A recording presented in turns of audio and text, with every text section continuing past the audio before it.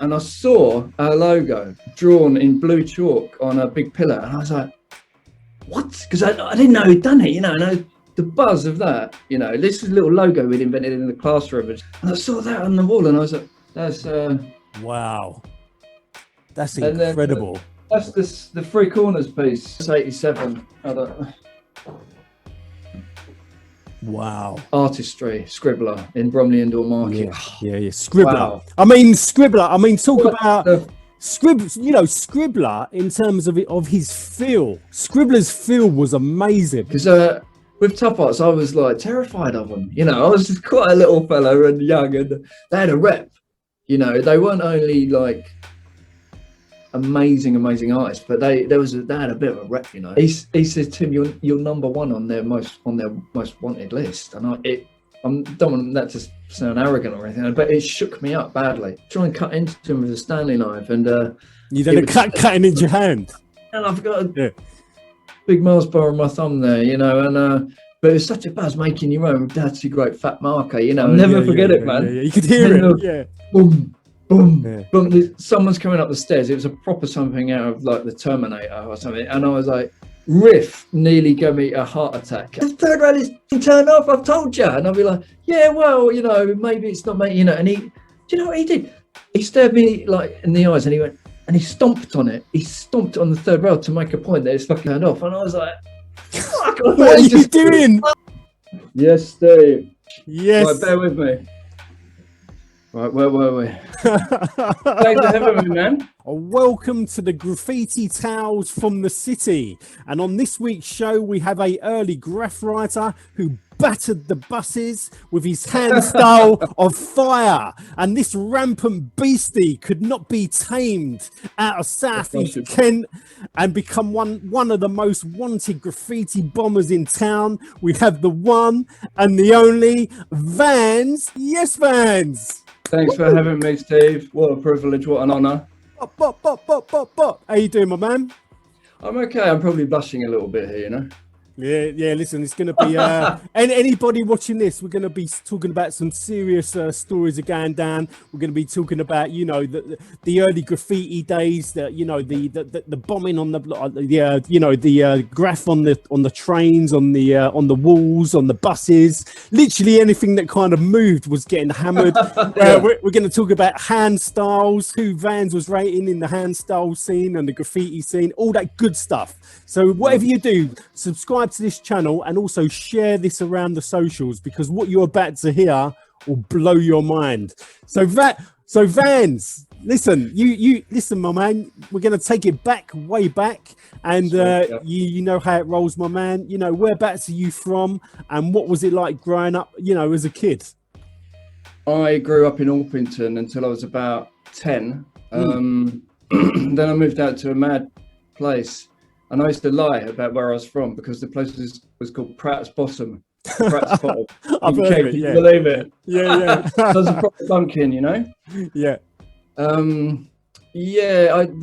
one thing that jumps out at me was the mentality of the area. It was pretty kind of right wing, quite unpleasant, and one of the best things about living there was I was on the last stop of the travel card, Zone 6, so I could afford a travel card like a couple of times a month, so I'd be able to get up into London on a regular basis, but there were other bumpkins around, Big question is, basically, how did you get into like graph? Was it via like the hip hop, the early hip hop scene? Yeah, absolutely. I mean, I'll never forget like hip hop landing on the UK like just a bomb, had a massive impact. The music, the clothes, the graph, it just blew my mind. Total paradigm shift, game changer, awesome. And what was the early kind of hip hop or electro you was getting into back in the early days? Yeah, well, the Message, absolutely, still one of my all-time favorite. Oh yeah, songs. Well, I mean, it's incredible that song was a hit, sort of. Yeah, in the charts, and it reached us. I mean, how did that happen? I know. Really see that these days. To be honest, I personally think probably would do as well, is the message is probably the most kind of important kind of hip hop track ever made, because as it said in the title, it was a message, and it was so it was such a powerful track at the time when it came out in I think it was 1982, wasn't it, around then? But yeah, it was an incredible tune. Yeah, and it just keeps giving. I mean, you know, like great art. You can play it. You can play that song like once a month, and it will keep speaking to you. You know, I'm old now, and it just keeps talking to me. It's just amazing. So then I think I saw Herbie Hancock, the video for Rocket on Tiswas, hearing like DST scratching on that, the drum machines. It just was amazing.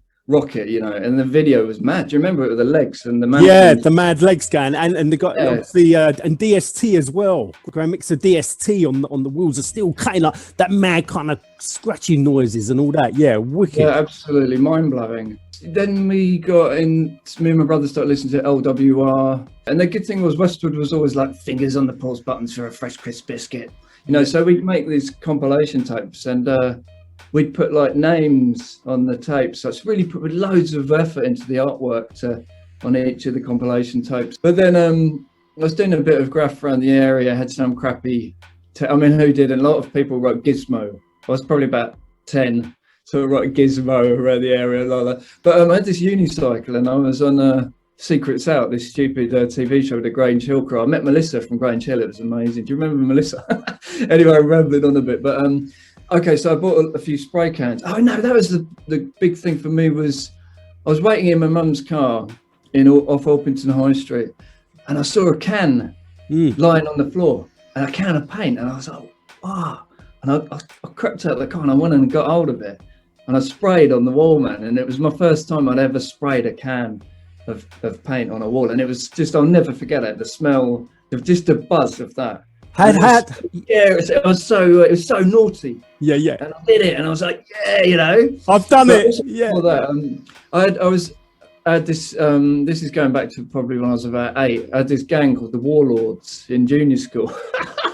And the Chislehurst Road Junior School. We used to get like revenge on funny ways of getting revenge on authority. We had this thing I invented called St. Vandal's Day, and it was at the end of the term, and the teachers were all in the pub, you know, like that, you know, baggy trousers, and we just trashed the school as much as possible and dig our names into the bricks. It's very soft bricks because it's some listed Victorian building, and I had this obsession about being like Pappy on like surviving the school, and just like gouging my name into the bricks, man. But we had this gang called the Warlords, so we invented this logo, and I used to love just. Well, it would be called bombing now, but I just was getting it up everywhere around the school. But before I knew about hip hop, you know, and a big thing for me was I was walking in the Walnut Centre in Orpington, and I saw our logo drawn in blue chalk on a big pillar, and I was like, "What?" Because I didn't know he'd done it, you know. And the buzz of that, you know, this is a little logo we'd invented in the classroom, and I saw that on the wall, and I was like. And I found out he'd done it, you know, a few days later in school, and I was like, wow, something clicked in my brain, something changed. And I think that gave me a taste for just getting out there and getting my name up, you know. You know, the gang thing, like getting my ideas out there. The Warlords, yeah. It's quite a serious matter. I mean, really. I mean, was you kind of did that kind of spark in your brain? Was it through like maybe a film like The Warriors? Absolutely, the Wanderers and the Warriors, yeah. Yeah, because them two films were like massive for us, wasn't it? Back in the there was also this Christian propaganda film called The Cross and the Switchblade, which is a very good fun film up until the priest converts him, because like I got shown it because my mum's trying to get me into Christianity and stuff, bless her, you know. I want to dedicate this interview to my mum, by the way. Yeah. And I've got a disclaimer: everything I say in this interview is a total lie, by the way, you know. But no one had much style then, until hip hop arrived, obviously. Oh, totally, yeah. So basically, you know, obviously, you know, Subway Art was one of the game changers. I mean, you know, Subway Art, when that first come out in 1984, I'm sure it come out, and you know, that, you know, I know there was stuff going on before then, you know, in 83 and all that, and even a little bit in 82. But 1984, when Subway Art come out, that kind of changed the game up, because we had a book, didn't we, in front of us. It was a bit like like the Bible of graph. Definitely, yeah. And you had all these like legends in there. I mean, what kind of what pieces was you rating in Subway Art? The immediate, you know what? I actually don't have a copy of that anymore, sadly, because the big thing for me was me and my brother bought. He'd probably buy them. We bought things together, including his. I bought like Buffalo Girls and stuff. I had a few bits and bobs, some good records. You know, that had a bit of sort of graph kind of. Who was the artist? Keith Haring, I think, was it? Interesting artist. You know, not really graph, but you know, influential. So, like, more kind of on that street art kind of vibe. Yeah. With Subway Art, I was absolutely the first one that jumps at is Dondi. Wow, that's just such a beautiful painting. Oh yeah, and I found it recently. The guy's passed away. Terrible. I think is it his son that's still putting stuff up on Instagram and stuff. Instagram. I think someone's putting Dondi's archive up quite regularly, which is really fun. Scene, absolutely. That's the one for me. The Computer Wild style with Case 2, is it? Yeah. Love that. Amazing. So and Scheme. I mean, there's so many Scheme as well, and I mean, there's so many. Scheme, yeah, I'd say Scheme, Scene, Case 2, and Dondi. They're the main ones. Yeah. And then I was getting all the Von Bode comics. Von Bode, I mean, still love him to bits. Yeah, incredible. You know? Incredible. I think his son does the archive, and his son's managed. Mark. Yeah. That stuff is just absolutely incredible, you know. And is that when you kind of started to up your game in terms of like the art side of graph? Yeah, you can say that again. I was never very good at characters, but I really wanted to get this. I was obsessed with the computer wild style, you know. I loved wild style, and the more complex, the better. But also there was a thing about you had to camouflage your shit, you know, because my old man was CID, you know, and so I wanted. That's partly why I get more and more into wild style stuff. And I tried to make my tag. I was hoping the right people would be able to read it, but the wrong ones would just be baffled and dumbfounded, you know, and that would keep me safe, you know. So was VANZ like your first kind of, you know? That was the big one, yeah. I was going to say about the unicycle. I was on this stupid show, Secret Sour. I've got it on VHS somewhere. I should digitize it, you know. But what that enabled me to do was get a load of spray cans, because I resprayed my unicycle. So I had a few cans left over in the garage. And there was a lot wrong with my childhood, but I had a lot of freedom. And bless them, you know, my parents didn't mind me just going bananas in the garage with the leftover spray paint. And I did some like a million pieces, but you know, you had to start somewhere. I think it said cool V or something. And just started doing your own graph with real spray paint, man, you know, inhaling all that lead and shit. It was just such a buzz, you know? Yeah. And I came up with VANZ because I had a pair of VANZ, red and white. Oh, I'd never wear them now. You know, I've got like a synesthesia kind of bad reaction to red and white. It's sort of, it does my head in somehow. It makes me feel really edgy and queasy. But I had these VANZ that were based on the Stars and Stripes, you know. Yeah. I'd never wear them now, man. Eddie Fiola used to wear them, this BMXer. And I got a pair. Oh, they're my pride and joy, my VANZ, you know. And I got a little bit known for wearing them. I used to go to Civic Disco in Orpington. And I just started writing VANZ, you know. And I did it with a Z. And I thought, yeah, mate, you know. Because those VANZ, for one, the name is a wicked name, VANZ. But also the kind of the actual letters themselves are wicked, like the V. You get a mad V, the A, the N, and a mad like a Z on the end. I mean, it's such good lettering, isn't it? You know what, Steve? It just dawned on me recently, because I've been going back over re-engaging with graph, you know, because I've been out of it for decades, and thankfully. A lot of my stuff has survived, because a lot of things have lost, especially I've had a rough couple of years. I was homeless and stuff, but thankfully a lot of my archive is intact, you know. And I've just been like rethinking it and just getting, you know, in lockdown and stuff, and just thinking what's going on, and I realised, like, exactly like you're saying, the angles, VANZ, very like, wicked, because that really especially, dawned on me back then. Maybe it did in my gut, but not in my head, especially like on the V and the Z at the end. You can get really creative with those letters. Yeah, exactly. Thanks. Yeah, uni always used to give me grief for not getting a very good Z, because I used to do very shit Z's and that looked a bit like a 2. Oh, and really? Yeah, you can't do that. Yeah, and so I kept at it. And my early VANZ tags were very, very surreal. They were very not really like graph. They Cam, he saw it because I did this thing outside a bank in Orpington High Street again. Plucking up courage, jumping out mum's car, getting one up, and he thought it said Danny, and I used to do a little copyright C. I should get one on post one, because they just look really, really odd. Really, it was, but it didn't really look like. The thing is, a lot of us were doing that copyright thing at the end with a little C. And do you remember like the little quotation marks as well as shit, Yeah, them at the end, and also underneath it, the little squiggle with the 2 I was about to say, in the middle. The little squiggle underneath. It's like a little tie or something. Just like a tie, with a 2 little. Yeah, I know. I don't know where that comes from, but tadpole kind of. Yeah, brilliant. And then finding out other people have seen it, because then it gets a conversation going. It's culture. We're making our culture.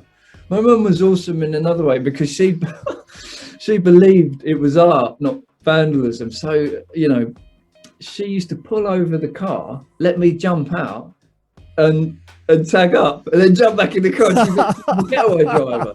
Oh, and brilliant! Can you believe that? Brilliant. Had a can of silver paint, and my brother was very concerned about that. He's like, "Man, what you doing?" Like, getaway driver. Yeah, like I can imagine you like jumping. Wait there, mum. I'll be 1 second. Like you run into the wall. And running back in again, and your mum like putting down the accelerator. Let's go. Yeah, off we go. Yeah. There's a common story, that I'm not like behind most artists. I was good. I'm not a great artist, but behind, if you look, there's usually a woman that doesn't get any credit. Like with the urinal by Marcel Duchamp, they found out a woman invented it. That's one of the most famous works of art ever, and the fountain is called. And they found out recently it wasn't his idea, and it's loads of artists I know, it's a woman behind them, doing getting no credit, but if it wasn't for my mum, anyway, I'm going to read you this letter from school. Do you want to read it, man? Yeah, I want to hear it. Where I was and what I've got to get the old right. Dear Mr. and Mrs. I regret to inform you that Tim's behaviour during the GCSE Art and Design mock examination was wholly unacceptable. Despite being aware of the rules of conduct in exam rooms, Tim was walking around the room unnecessarily, commenting to other candidates, and making inappropriate facial expressions, consequently disturbing their concentration. When reminded about appropriate conduct, he made disturbing noises. Finally, I was obliged to exclude him from the examination room. I'm most disappointed at his attitude and bearing, particularly as he has artistic talent and, I understand, intends to take the subject further with a career in mind. Yours sincerely, K. Welsh, Head of Art. Brilliant. I was already hating him, man. Yeah, I love it. I went on to get into St. Martin's. When I applied for St. Martin's, I got in, and then later on I got a first class degree up in Sheffield. And I loved the work I made. And anyway, so we had to make our own culture, man. Any little bits and bobs there of some of the early stuff? Yeah, I'll get an earlier one. Hold on. There you go. I just dug that out. So that's wow, that's incredible. That's the Three Corners piece. Amazing. It's funny you mention it, because that was my from my portfolio to get into St. Martin's. Then there's the back there. What's that say? Tough to some VANZ and Rays. Yeah, because that's brought back nice memories. Here's a later one as well. That's 87. I don't... Wow. What's that say? What's it say? Wild One. Wild One. Yeah. That is proper wild style, isn't it? Oh, thanks, man. Yeah, I love wild style, you know. And my brother was always going, yeah, no one can read it. No one can read it. I was like, good. Yeah, it doesn't matter. I know what it says. I know what it says. Who cares? Yeah, and some people could read it. You know, it's like it's our little mysterious world, wasn't it? 100%. 100%. This one that's a bit later on. I'll show you this one now. Quite proud of this one. And that's like a little kind of bowed style on the end, isn't it? Yeah. That says VANZ with an S. Does that say VANZ? Yeah, with an S. Yeah, with an S on the end. Yeah. The little fella saying, "Where's the nozzle?" Where's the nozzle? Where's the nozzle? Yeah. That's incredible. Yeah, but then I was doing stupid like this. This is from the front cover of the face. Pee Wee Herman. Yeah. Because I'd drawn these really like stakes, like very tiny paintbrushes, like 1 millimeter, and to stab him. That's mad, isn't it? Like through his eyeball. Boing. Yeah. Yeah, exactly, man. 1987, that one. And it says Revenge of the Black Bomber, you know. They were talking about the jacket, obviously, but it's got more poignancy now, you know. More graph with writers. Man. And VANZ, who was you saying? All over the place, man. Sorry, I'm rubbing on. Yeah, VANZ, that's right. Who would you say that was inspiring you from like the UK in the early years? Would it be like you know, crews like the Supreme Team, then like obviously Trailblazers? Yeah, glad you mentioned Trailblazers. Yeah, because I just found out his surname from Dexter the other day. A massively important Baxter, he was called. So you got Baxter and Dexter. You know, Neil was 2 or 3 years older than me, and wow, the guy had talent. Oh my god! And he took on my friend Cuss as an apprentice some years later, and he's like, I've got an apprentice, and we took the, you know, and that. My brother came around. He said, Neil's come up to me and said, I've got myself an apprentice. But Cuss, you know, but Neil did an incredible piece in the art block, which was called Block. And, I can visit it clearly, and just the buzz going around the school like someone's doing a huge bit of graph. That was a great piece, and he did it all in like really minging car paint. Was it called DuPont or something? That awful something like Duplex. But he managed to pull off a very good piece, and it had this character holding a smoking globe, you know, as the O. And I was like, wow, you know. Incredible. It made me fall in love with the block forever after. But of course they painted over it a few months later because people started tagging up around it, you know, so they couldn't tolerate that, could they? Yeah, so anyway, Neil was Trailblazers, I think, and he did some pieces on the Civic Hall. That was a disco I mentioned earlier. The love piece with a heart as the O. Wow, awesome, you know. Huge one. Artistry, Scribbler in Bromley Indoor Market. Yeah. Scribbler. Wow. Scribbler. Talk about Scribbler in terms of his feel. Scribbler's feel was amazing. His detail with that fifth, with the colours and all that, were incredible. Absolutely. I mean, Score articulated it perfectly. Oil on Water. It was just this rainbow, like psychedelic feel. Yeah. You know, do you remember back then, Steve? It's like, as we all know, no internet, no graph on TV. I mean, Star Wars came. Thankfully, we managed to it off Channel 4. Yeah. The arena hip hop history. Yeah. But you know, turning a corner back then, and you go into Bromley Indoor Market, this sort of knackered place, and you see this absolutely mind-blowing, beautiful work of art. You know, artists. It's just like, you know, it's stuck in my guts. And there was a bee there, and I've never found out who painted it. It might have been Drome. I'm not sure. It was this bumblebee. It's just incredible, and it's just another world. You know. Sadly, I'm not going to mention the prick's name, but some toy did a really nasty throw up right in the middle of the artistry piece. Oh, even this even today I'm seething about it, you know. And about artists, you know, especially like character, you could say kind of character kings like Drone 2, Mode 2, Juicy. I mean, yeah. And there's loads more as well, but you know, there was some wicked artists back then. Incredible. Yeah, the main one that jumps out for me, I definitely do not want to forget these two crucial experiences with me. Too Nasty with the Drone 2 character, Tough Arts. Tough Arts. Let's get back onto that in a minute. The sure thin rock. The sure thin rock. Yeah. I mean, even today, that stands in. I think that's pretty much my all-time favorite piece. It's amazing. It's amazing.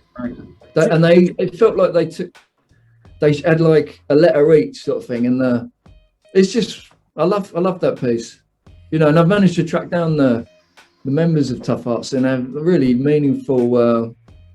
The internet can really give. The internet can take. Yeah, I see. You can track down people and wow, you know, what's that 33 years ago or even 35 years ago or something. But another one, I took my unicycle up to Covent Garden with my mum and dad and brother, you know, and I was pretty young, you know, and the Chrome Angels had done the Proms. What Crime Time was it? Crime Time Kings. Yeah. I'd missed the jam where all that had happened. Cam told me it was part of a big jam, you know. Sadly, I'd missed it, but I said, those are absolutely beautiful pieces. Yeah, I've got loads of really good photos of that stuff. There was some real key pieces out back then that would really stand out. Did you ever see For Many Girls Controlling the City, Let It Rock by the London Giants in Dulwich? I don't think I did. Oh man, you missed such a wicked piece. That was in Dulwich. That was in East Dulwich. Oh, really? Yeah. It was on the side of this house. It was massive. It said For Many Girls Controlling the City. There was one character either side, like sort of space age kind of like mad characters, one of a guy and one of a girl. And it was mind blowing. Yeah. I mean, because these people were way more advanced, you know. I mean, probably 2 or 3 years older, but they were way deeper into it. You know, I can vividly remember the Cash piece in the Old Kent Road Hall of Fame. Yeah. You're going around this because Andy Higgs. I just got to give a massive amount of respect to Andy Higgs. Big shout out to Andy. If you're watching this, Andy, big shout out to you. Nicest guy in hip hop, you know. Yeah. So humble, so intelligent, and he'd take me to, because he knew London much better than me. Because I'm like way miles out, you know, and he took me to the Old Kent Road Hall of Fame, you know, and you could see a piece in Buntlack from the top deck of the bus in some knackered out sort of derelict, and that was so then you go into this labyrinth of asbestos and syringes and human feces and like rats running around, and it's so dangerous, you know, and so exciting, but that it made it more meaningful, the graph, because it was just a derelict warehouse, and then you turn in a corner and you're seeing just this. I'm speechless. Just a burner like the Cash piece in Buntlack, you know, and it just stood out even more because it's in this show. I mean, that cash piece is incredible. I mean, the kind of like, you know, it was so kind of it was like it was painted on the wall with a paintbrush. It was so so kind of slick, and you know, the lines were so straight, like highlights. I mean, the fill on it, the colours, it was beautiful, a beautiful piece. Yeah, it really was. Yeah. And big shout out to Cash as well. Absolutely, yeah. You know what? I met him in I think it was about '86 I think it was Battersea. Crime Angels were piecing up there, and he was really nice person, you know, because with Tough Arts I was like terrified of them, you know. I was just quite a little fellow and young, and they had a rep, you know. They weren't only like amazing artists, but they had a bit of a rep, you know. Yeah, I think that's partly why Too Nasty ran for years and years and years, you know, not only because it was a beautiful painting and but I think because no one would ever consider painting over it, you know. And also Tough Arts. They was also known as kind of like like the kings of buntlack racking. I mean, they tried. Oh man, They the stories, man. Yeah, they And tried. They tried to starve London of buntlack. Yeah, They used to go seeing round that racking, history, yeah. like trying to rack as much buntlack as they could out of the shops, so nobody could get hold of it. Yeah. Yeah, I love the way Scarf said he'd send people to London Graphics, you know. And then you'd end up getting in hot water. Yeah, we managed to get one can out of London Graphics. That's all that was left, because Tough Arts had been there like a couple of hours Too before. difficult to rack there. I love this, because there's a story going around that a shop had been fully turned over. And just they were, you know, I don't know who done it, you know, marching out with boxes of like, because these little shops were. These graphic design shops, they didn't do much business on the weekend. Their customers were the office workers, weren't they? So, and they might be open for a few hours on a Saturday, and you could get some stuff. But yeah, Tough Art's got most of the buntlack. Yeah, all about one can of buntlack a month, you know. And then it was quite hard to get decent paint. We went into Aviecraft in Bromley, and they had this really good blue, this beautiful blue. I used it on the 3D on my Swan Song piece, and we had the maddest ideas, man. You know, my mum actually stitched in a big pocket in my jacket, and it was like my special racking up pocket. Your racking coat. Yeah, and then we had these mad, stupid strategies, exit strategies. It wasn't really up there with Dillinger's escape plan. Cam would stuff them up his jumper and then go, oh, I feel sick, I'm going to be sick, and he'd run out the shop. And like, what? Can you believe that would work, you know? So, yeah. A big thing for us was I would be going down to Dexter's house, and he was more connected with Baxter. And there's a guy, Steve, was it Steve Reed? I can't remember. There's Mark Charlton, I think. They were really, really good. They were on a different level to me. So they go through my piece book, give me tips, and maybe drawing my book a bit. And they're much older than me, you know. It was quite an amazing experience for a little one, you know, a little whippersnapper, you know, going to Dexter's house, and he had techniques. My brother was a very, very good scratch DJ. Dexter mentioned him the other day, Malcolm, my brother, yeah.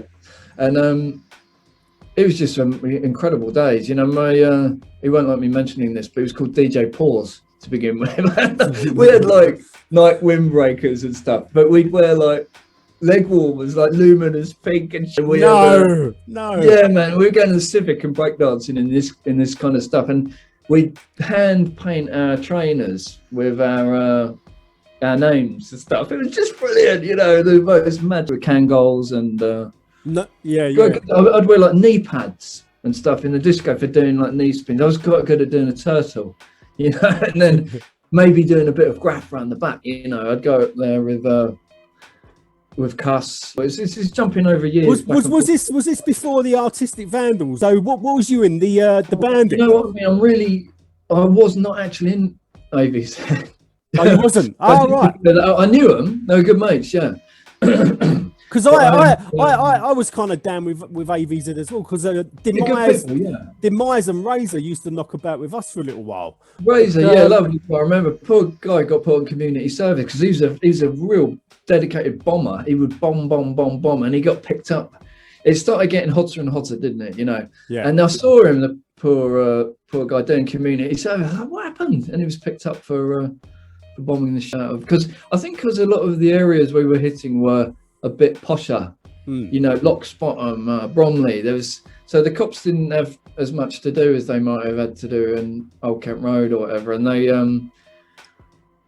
they were hotter after us, you know. And a big thing for why I went legal was because Easy got picked up. Easy was a nice kid, you know, just a bomber, you know, not that talented, but you know, he might have got there eventually, you know. But he got picked up, and the cops made him look through this portfolio, and they had this I'd love to get that portfolio. Can you imagine what an archive? And he says, Tim, you're number one on their most wanted list, and I don't want that to sound arrogant or anything, but it shook me up badly, because I didn't give a fuck about the police or like authority on that level, teachers and stuff, but the thing for me was it upset my mum. I hated to upset my mum, you know, and I'd be coming home with all this paint, and she'd be like, did you steal it? And I'd have to lie, and I hated it, So that was another reason why I went legal in the end. And I thought, you know what, I've got to quit while I'm ahead, and it's something I've done quite in other areas of my life. Just kind of I've achieved what I want, and it's time to quit while you're fucking ahead. I'm thinking back. I was incredibly when I started out. I did a piece in Bromley Market opposite the artistry piece, and it said car, and I had a can of pink black, but the outline was like I didn't have the confidence to do a steady outline, and it was sort of this sort of sketching, and the Banditz ripped the out of me ferociously. Who was in the Banditz? Who was in that crew? Yeah, so Uni, Cam, Fun, and Reem, and they like auditioned me, because I knew Uni through BMX bike riding. Uni was a big guy in the area. I used to call he was like the king of the area because he's into all the subculture first, and I think he had more freedom than a lot of us, and very talented, very, very talented. Yeah. So he was up. He was up all over the place. Yeah, he should have seen his eyes go wide when PIC said Uni's all city, and Uni was buzzing to hear that, man, because we were mega bumpkins, man. I mean, they lived right up Cudham Lane. It was so hard to get. That's like an hour walk to even an overground train station, So for Uni to get all city he used to go out on his lunch break, had a graphic design job, and he'd be eating his sandwich on the train and just bombing. On his lunch break. We just wanted to be up, How did you get into the Banditz then? What did you have to go through to get into the crew? Yeah, well, I'd sit with Ray's, R-A-S-E. Where is he? I've got one of his pieces down there. And Uni, and we'd sit, and I think because we couldn't paint much because we couldn't get hold of enough paint, so we were more doing our piece books. We'd sit all for afternoons playing hip hop and just drawing. It was just really good days. It's our culture, like I keep saying, and looking through Subway art and then playing Style Wars, And was you kind of really working on your hand styles as well back then? Yeah.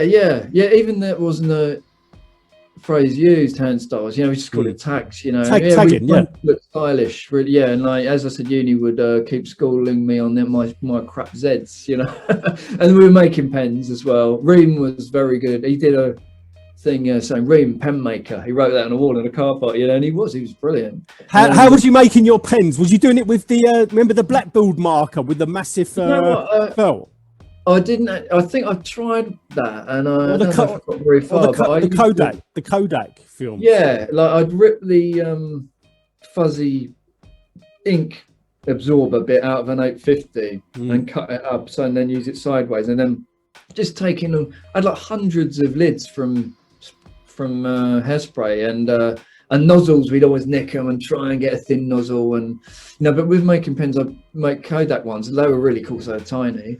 Then you get the Flowmaster, and getting lids and trying to get them some that would fit together, and you could make these sick pens. But I've even still got scars from because you try and cut into them with a Stanley knife, and you did cutting into your hand.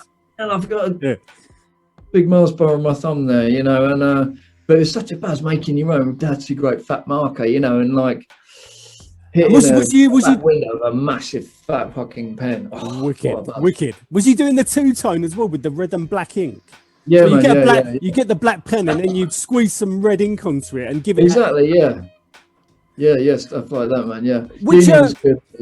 We'd sort of sit there and we'd have like a little workshop going to trying to make these pens, it's just great. That's so funny. Yeah, like pen making. Yeah. And who was you rating in terms of hand styles? I mean, back then there were some wicked hand styles. I mean, especially South East London, in terms of like the buses, because we didn't have like a kind of tube network. So those South East London buses or South London buses were getting battered. I mean, they was getting annihilated.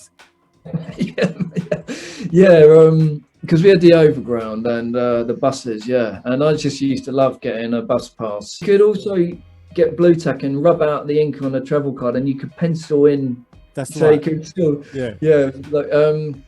But I just loved bombing so much. I'd go out on my own because, you know, like as I said, coming from the old broken home and my dad being a cop and stuff, you know, it's difficult. So I like getting out and about with my people, like even just on my own, just relaxing, bombing and riding on the buses for hours, you know. Was there some key tags out there that you'd be like, wow, look at that, that's wicked. Yeah, I think Uni was always really good. He was a very, very good style, and his characters are absolutely beautiful. He did a few pieces.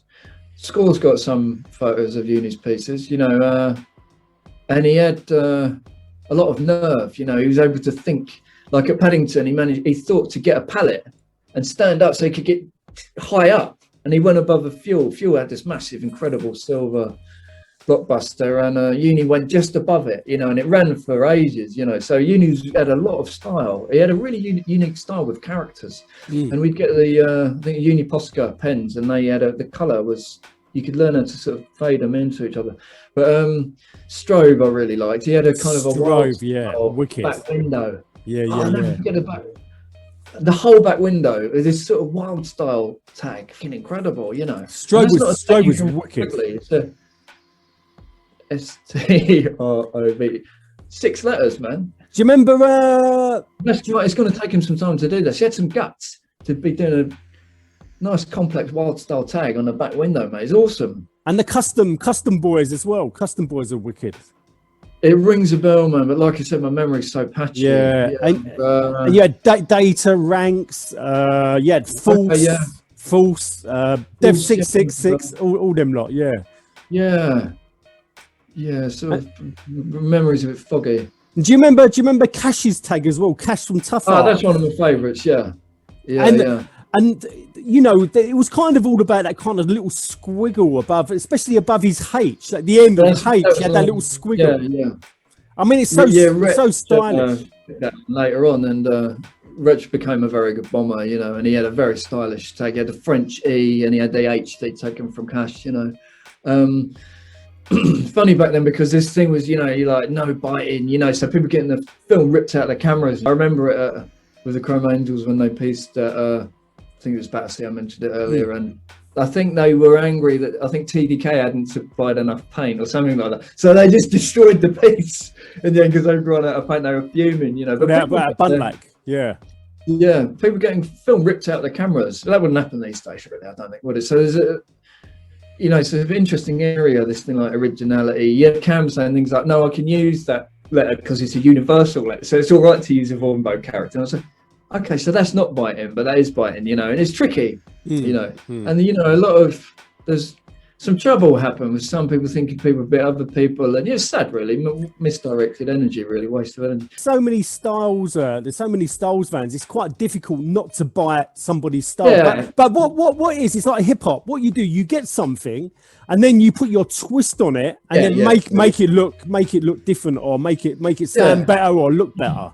Yeah, I think kind of now and again you get like a very original idea, you know, but I remember doing a project on it on my foundation course, and they were like, make a film about what influences you, and I was realizing like all kinds of things are influencing you that you don't really, stuff's sinking in, it's culture, you know, as some things definitely clearly influence you. I remember like for me like Duchamp's Large Glass, talking about him again, like, but there's stuff just going in, you know, and look how zeitgeist changes, fashions change, and like collective identity, well, not collective identity, but things, how does it happen? It's fascinating, isn't it? Suddenly people are wearing Tashini tracksuits, and like everyone's wearing it. Like, how did that happen? You know, it fascinates me to this day, you know. Yeah, one funny thing I remember was I run around with my friend Mark, you know, and just bombing the crap out of us. The bus starts going slowly as a 2-hour, because we'd hoped for the top deck to empty out, and then we could go absolutely bananas.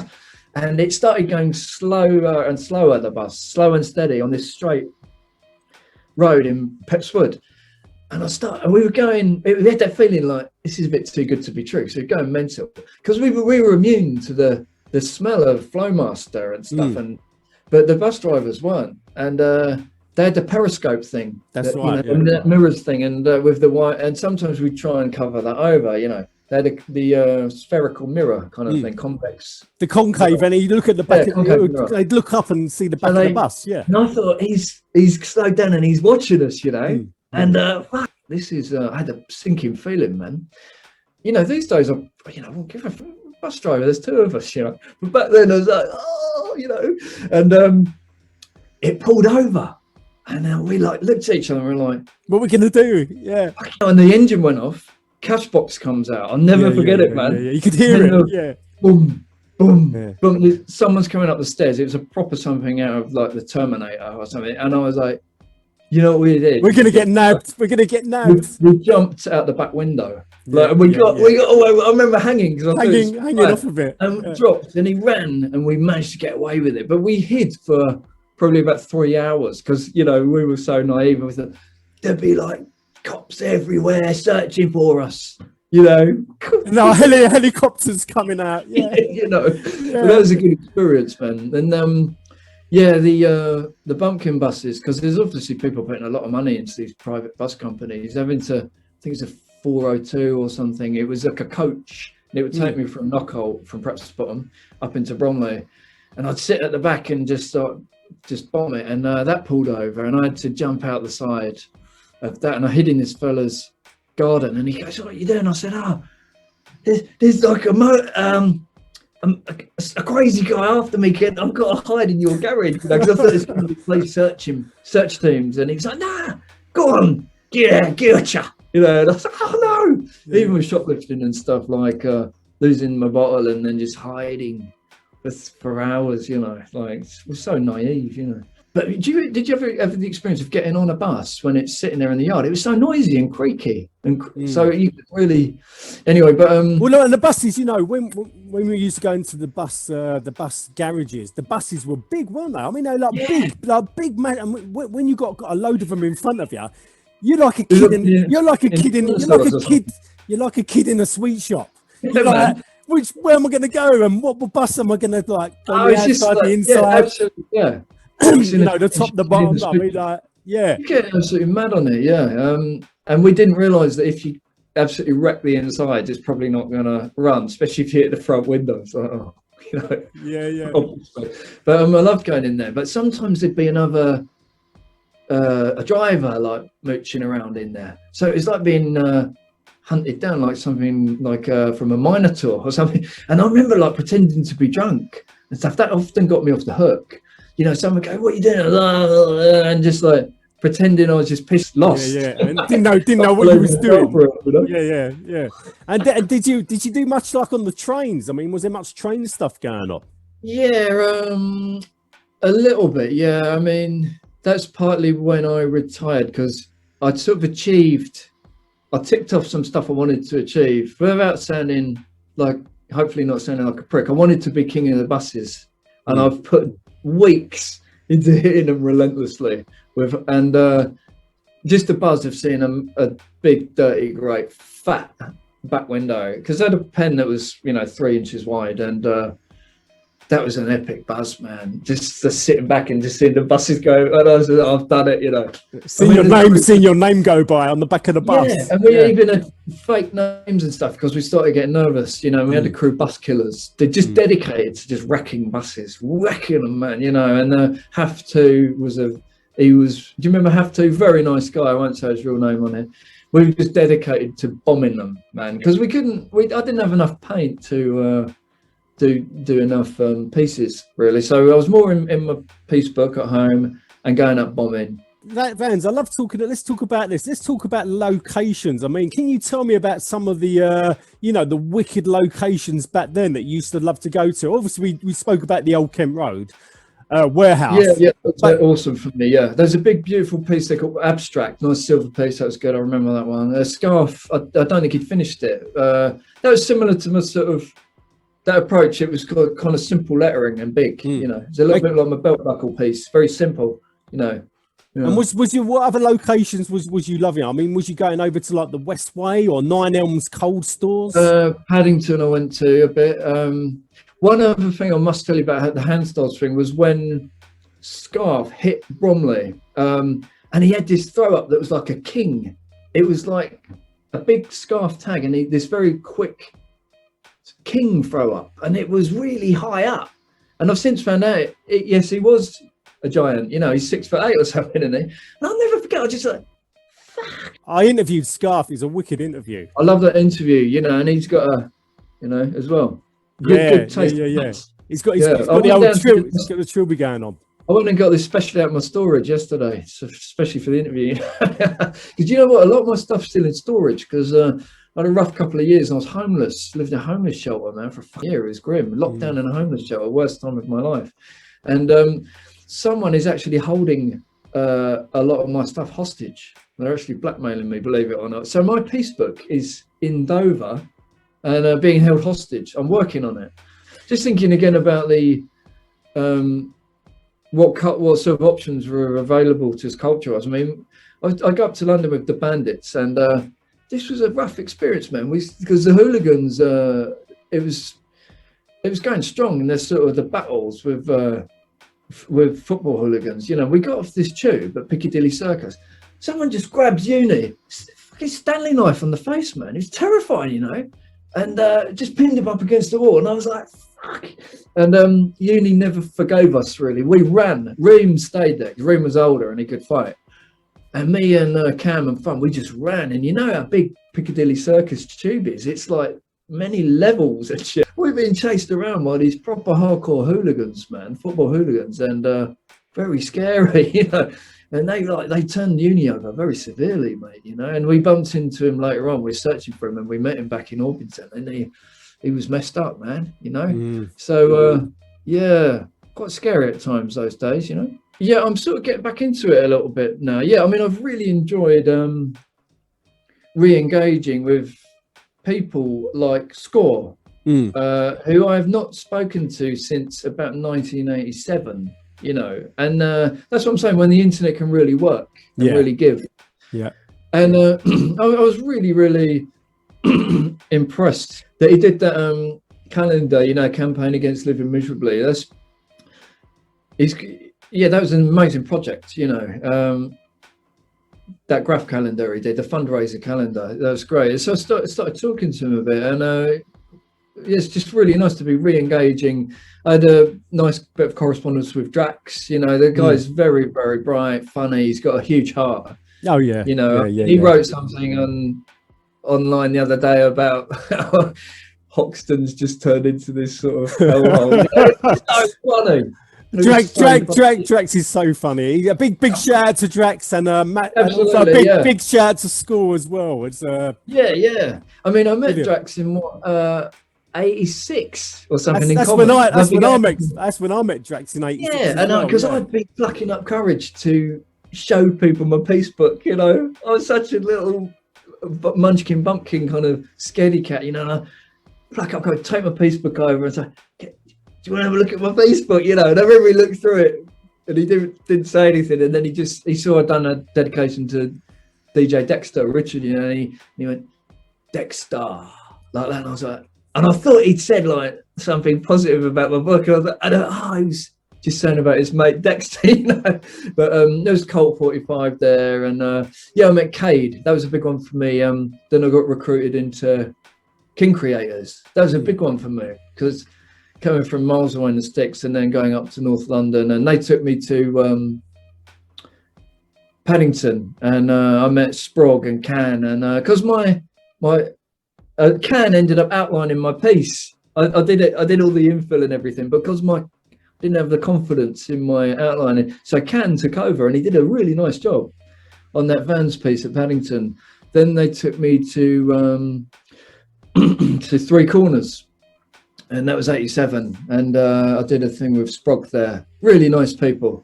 Really who was in that crew? Who was in the crew?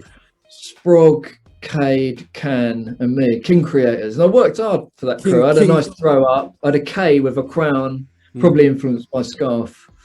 And I put a lot of work into getting the name around, man. And another place we used to hang out was Charing Cross. There's a bit of a scene there because you go Covent. And then there were people breaking in that weird no man's land, real shithole of a just a bizarre place. What downstairs in the station where the little cobbler's shop was? Yeah, there was a sports shop there, and I think someone's nicked a cricket bat out of there to go and take care of. I remember that little sports shop. Yeah. Yeah, and there was a good scene there because you could tag up there, and there's some very good breakers there. So we'd hang out there a lot, me and Uni and loads of people breaking. You know, some really fucking good breakers. I remember there's a fella there with he had like a skateboarding helmet on, and he was doing his windmills. You know, and I thought, to see that stuff in real life, it's just absolutely mind blowing. Like seeing Graff, not in Star Wars or hip hop history, so seeing it for real, seeing breaking for real, you know, and then hearing someone cutting up the wheels of steel, like incredible. Some of the locations, and probably North Yard was a big one because I think Riff nearly gave me a heart attack. I mean, I have grey hairs to this day. He said, yeah, we go there on Sunday because the third rail's turned off. And I'm like, well, really? You know, so we'd go in there.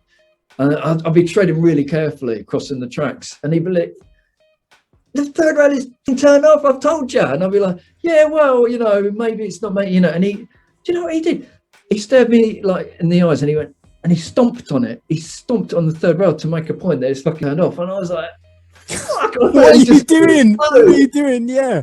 Yeah, like Will o' the Wisp and a puff of smoke. That would be playing like Russian roulette or something. I mean, how did you know? How did you know it might have been still be like live third rail? Just there was a rumor that it was off, and he's like, he had to prove me wrong, and he stomped on it right in front of me. Fuck, I'll never forget it. But we'd go in there and we'd like just hang out in there, you know, and I mean, we were drinking special brew. I mean, can you believe it? My man was in the squad, and he's always be banging on to me like, don't ever go near his dad. He take great pride that his sons weren't into drugs. I had cans of special brew in the fridge. You had to drink it cold, man, because that stuff's like syrup, you know. Syrup. It was at 8%, 9%. So I'm like 14, and we'd be running around Bromley on a Friday night, just off our heads on special brew. And trying to meet girls, you know, and then take them into onto the train. They thought it was great, you know. So hanging out, you know, with some women and bombing the train and drinking special brew is good days, you know. VANZ, listen, what can I say? Absolutely brilliant interview. Oh well, thanks for having me, man. Some great stories, my man. Well, you're doing great work, Steve. You know, and this is right up my street because this is our culture, and you're making your own media. You know, we can do it ourselves, DIY. You know, great project as well, and And listen, I really hope you get your black book back as well, because we need that history back. Yeah, mate. Thankfully, I've got photographs of every page, but it's nothing like having the real thing, you know. Let's end on a positive note, man. It's just great to be still very good friends with Dexter and Andy Higgs, you know. And, reuniting with you, mate, and Score, and you know, I want to say rest in peace James Dyer as well. Fun, yeah, big RIP to Fun. Yeah, absolutely. We lost Riff as well. What an awesome guy. Me and Riff was my main partner for going around bombing the shit of everything. He was a great guy. So rest in peace to all them. His kids are into Graff now as well, which is cool. So I managed to send them loads of photos from the old days, and that's really sweet. Thanks for having me, Steve. It's an absolute honor, VANZ. Absolute honor. Brilliant interview, and anybody watching this, subscribe to this channel, check the other interviews out, and share this around the socials. And VANZ, what can I say? Be lucky, my man. Yeah, thanks a lot, man. Wicked. Take care, brother. Peace.